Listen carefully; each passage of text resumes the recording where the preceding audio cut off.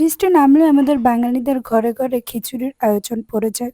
তাই আজকে আমিও খিচুড়ি রান্না করে ফেললাম। আজকে আমি রান্না করলাম মিক্সড খিচুড়ি, চিংড়ি, আলু, ডাল এবং মুরগির মাংস দিয়ে। প্রথমে আমি লবণ, মরিচ ও হলুদ দিয়ে হালকা করে ভেজে রেখে দিব চিংড়িটা। একটা সময় ছিল যখন আমি খিচুড়ি রান্নাই করতে পারতাম না। খিচুড়ি আমি রান্না করব সেটা ভাবতেও পারতাম না। আর এখন আমি এত ভালো খিচুড়ি বানাই, যেই আমার খিচুড়ি খাবে আমার খিচুড়ির ফ্যান হয়ে যাবে।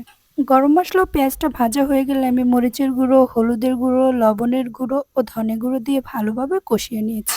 মসলা কষানো হয়ে গেলে চাল, মসুরির ডাল, আলু কুচি ও ভিজিয়ে রাখা মুগ ডাল দিয়ে একটু সময় নিয়ে ভেজে নেব। যখন চালগুলো ফুটে উঠবে এ পর্যায়ে আমি ৩ কাপ পরিমাণ পানি দিব। পানি দেওয়া হয়ে গেলে দিয়ে দিব ভেজে রাখা চিংড়ি মাছ, আগে থেকে রান্না করে রাখা মুরগির মাংস, লবণ, কাঁচামরিচ ও মাঝারি সাইজের ২টো রসুনের কোয়া।